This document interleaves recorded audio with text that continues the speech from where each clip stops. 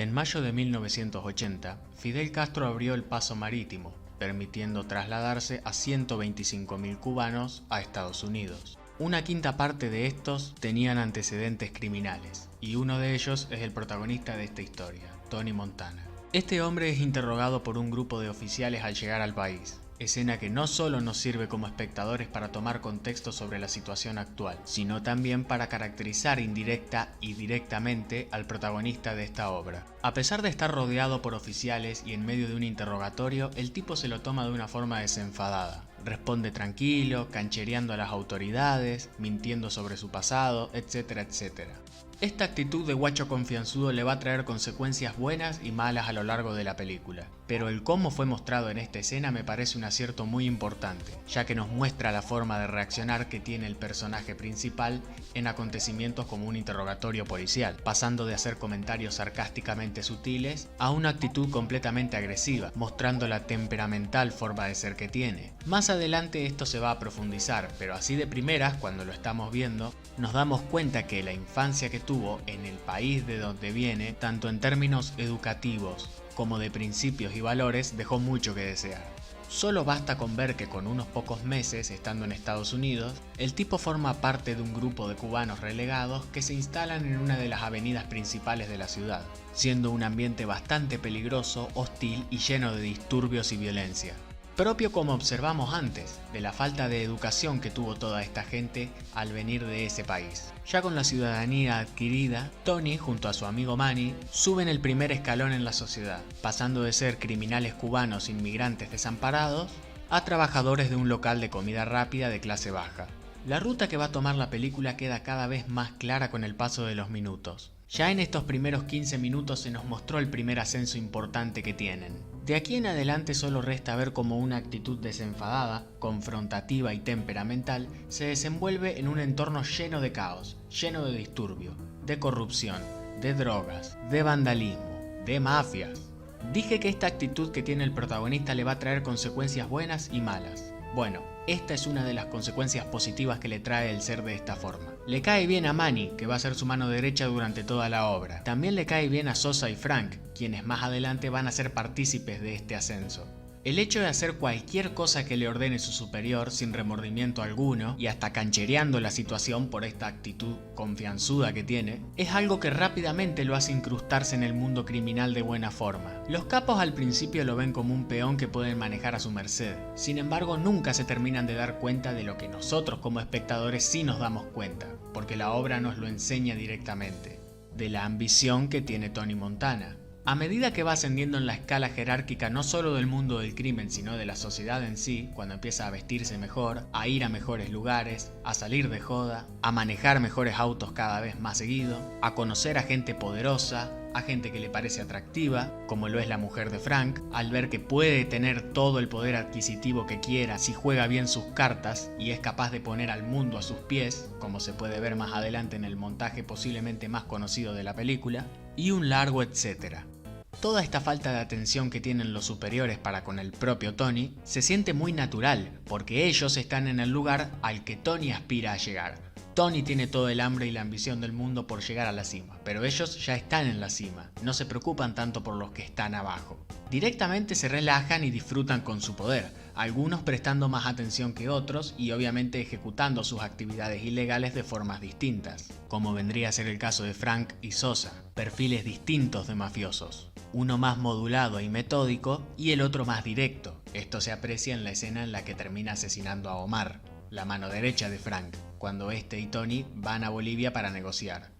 El enamoramiento por atracción inmediata que siente por la mujer de Frank vendría a ser la representación de su ambición más instintiva, por así decirlo. No va tanto de poder adquisitivo, sino de la belleza de ver a semejante mujer. Independientemente de la posición en la que se encuentre el protagonista, este se fija una meta cuando detecta esto: la belleza en una mujer. Quiero tenerla, quiero que sea mi esposa. Tenerla, no conquistarla, porque este personaje carece de una base de valores que tenemos la mayoría de personas que nos formamos en una educación promedio. Valores como el respeto, por ejemplo, de los cuales carece el protagonista. Pero no son solamente la ambición insaciable y la falta de respeto lo que lo va a condenar a largo plazo, sino que hay dos factores más que influyen: su falta de empatía y de comprensión. Lo de la comprensión va más relacionado a saber con quién estás tratando, porque en la última parte de la película comete el error de ningunear a Sosa, creyendo que se iba a salir con la suya de la misma forma que lo hizo con Frank, sin entender que ambos eran mafiosos en un estatus jerárquico dentro de este mundo criminal absolutamente distinto.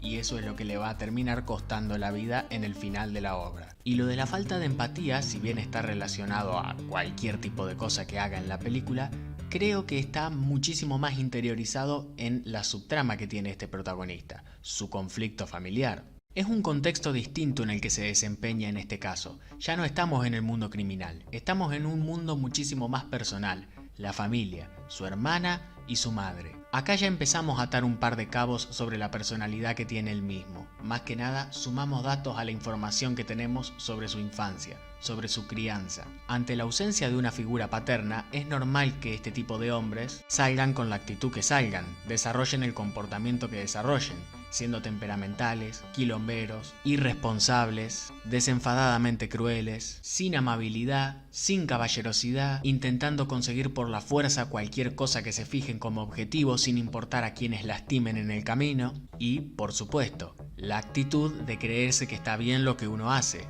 el autoengaño que uno tiene. Tengo plata, vengo y les doy plata, no importa de dónde saqué este dinero, vamos a salir de la pobreza de esta forma. Y debido a que vamos a salir de la pobreza, lo que yo estoy haciendo está bien y se justifica. Punto. Con esta subtrama se indaga muchísimo más en la forma de ser más pura que tiene Tony, en la forma más interna que tiene de ser. Apreciamos su lado más íntimo. Aunque el tipo diga y demuestre en la mayoría de los casos tener cierto tipo de códigos para con las personas, es con el conflicto de la familia y con lo atrevido que fue en la etapa final de la película que terminamos de ver las consecuencias principalmente negativas que derivan de esta actitud y de esta forma de ser que él tiene, que mencioné al principio del análisis. La del mundo criminal desembocando en su muerte, y también en la de su hermana, y la de los conflictos familiares desembocando en la pelea que tiene al final con su madre, quien siendo una mujer laburante hecha y derecha, sin estar metida en esto del mundo criminal, se rehúsa al hecho de que Tony traiga dinero y alimente,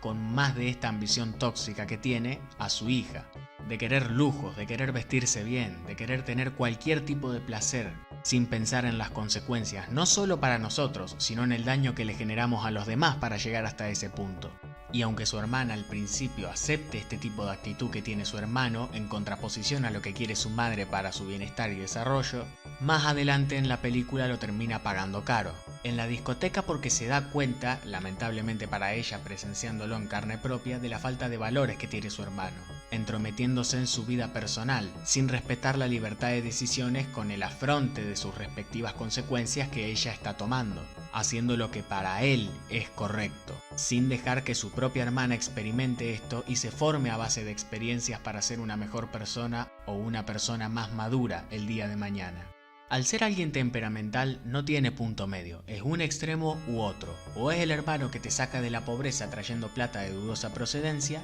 o también puede ser un hermano que no le importan tus derechos ni tu privacidad, que se mete en tu vida para enderezarla, según lo que él estime que es correcto.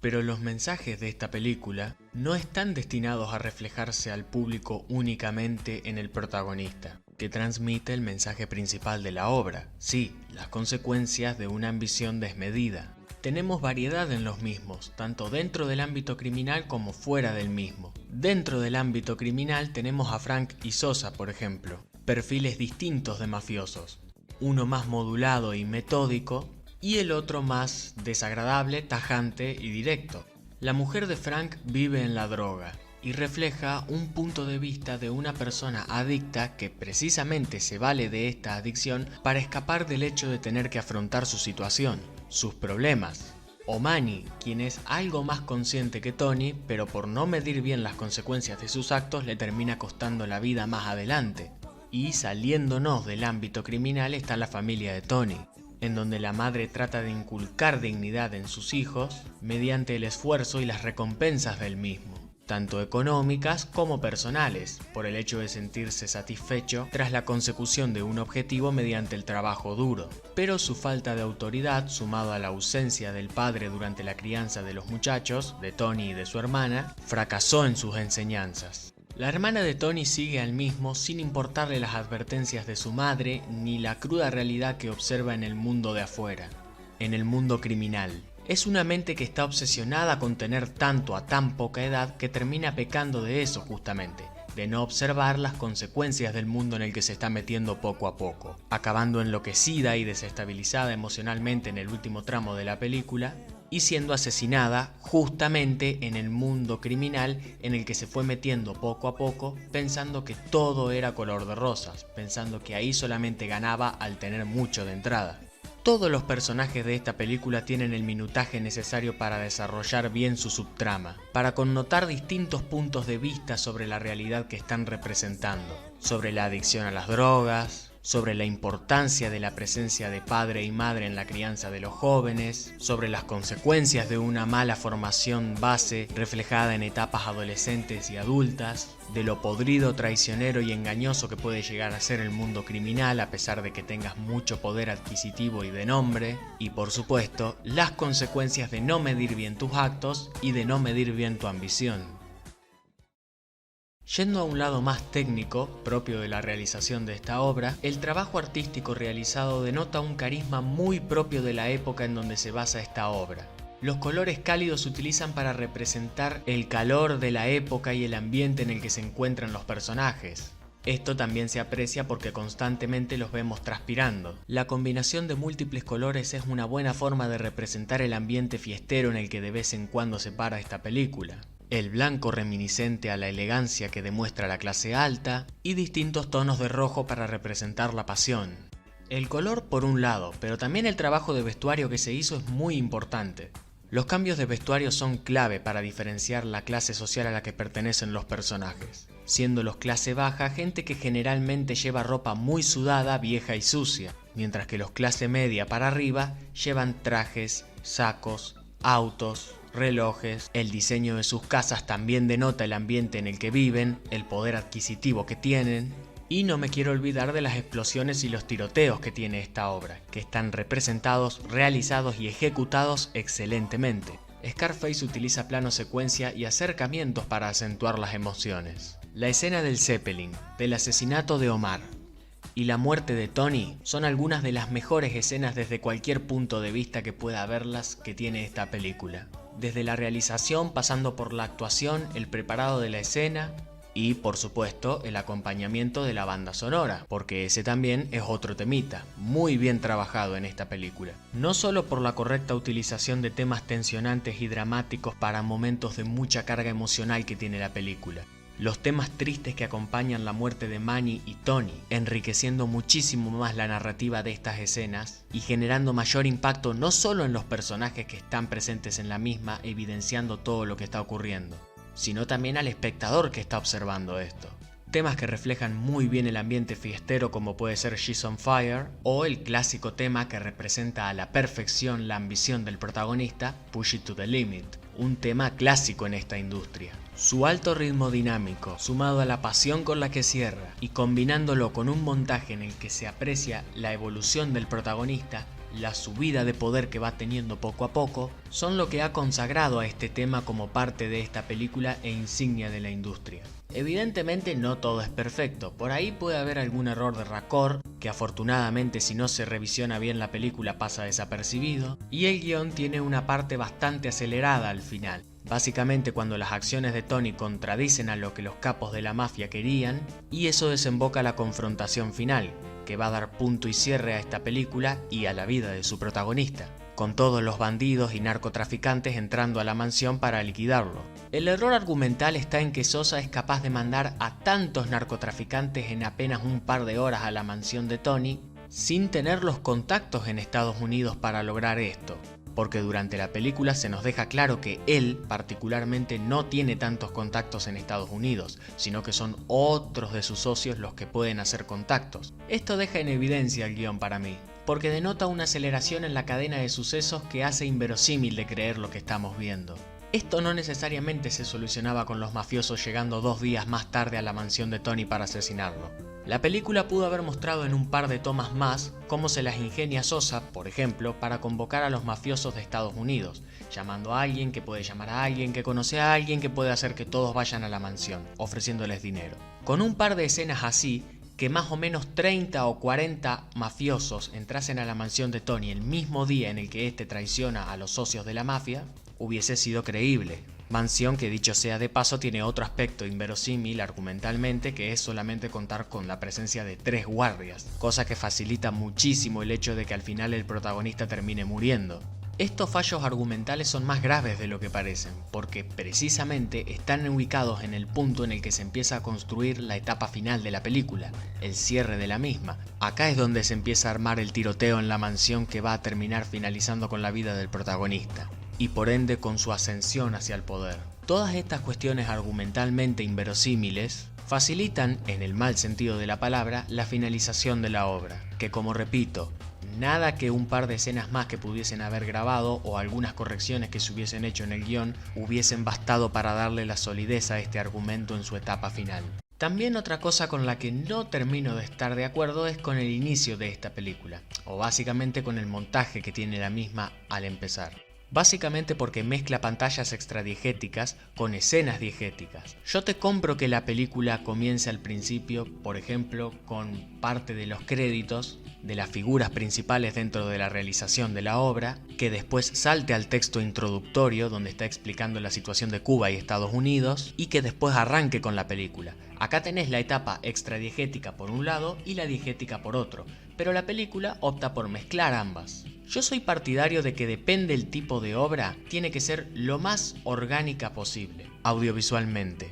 Es decir, en películas de Tarantino, por ejemplo, es normal encontrarnos con aspectos extradiegéticos que se mezclan con la diégesis de la obra, pero el tono que tienen ese tipo de obras se presta para que se puedan dar estas licencias extradiegéticas y no romper con la verosimilitud orgánica del mundo que presentan las obras. O lo mismo con películas animadas que, por ejemplo, se basen en cómics. Yo no tengo ningún problema con que en ese tipo de obras se enseñen viñetas o incluso textos al aire, porque son parte de su estética. Que tengan cosas que sean irrealistas no necesariamente es algo malo, porque yo no me baso en juzgar la diégesis de una obra por lo realista que sea. Me baso en juzgarla por lo verosímil, lo orgánico que presente su mundo. Y Scarface no tiene nada de chistoso, nada de parodia, o un tono desenfadado que esté mayoritariamente presente durante la narrativa, como sucede en las películas de Tarantino. Scarface es acción y drama reflejados en un mundo criminal que intenta ser lo más realista posible, dentro de las licencias que puedan llegar a tener este tipo de obras para dramatizar muchísimo más distintas situaciones que ocurren en este tipo de contextos. Por lo que entrecortar la diégesis con pantallas extradiegéticas a mí personalmente me parece poco orgánico. Pero es algo de menor importancia, ya que solamente está presente en el inicio.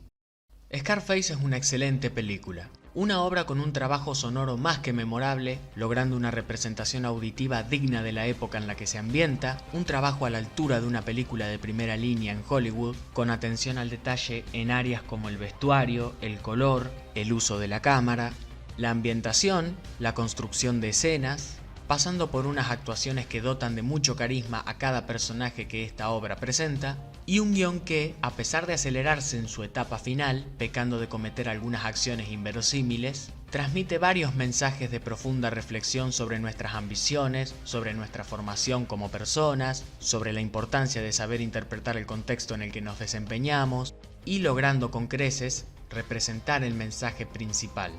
La ambición desmedida, la curva por la cual pasa el protagonista, arrancando desde lo más bajo hasta llegar a estar en lo más alto y las posteriores consecuencias están representadas de forma casi impecable en esta película. Algunas decisiones de montaje al principio de la misma me parecen poco orgánicas teniendo en cuenta el mundo que esta obra está representando. Y la película puede llegar a tener algunos errores de raccord, que afortunadamente no son notorios a simple vista, pero son errores muy aislados dentro de una obra que consigue transmitir con mucha solidez su mensaje principal, y que está tan bien hecha que es capaz de mandar distintos tipos de reflexiones sobre la forma que tenemos de encarar la vida, y los problemas que tenemos en la misma cuando marchamos rumbo a la consecución de nuestros objetivos.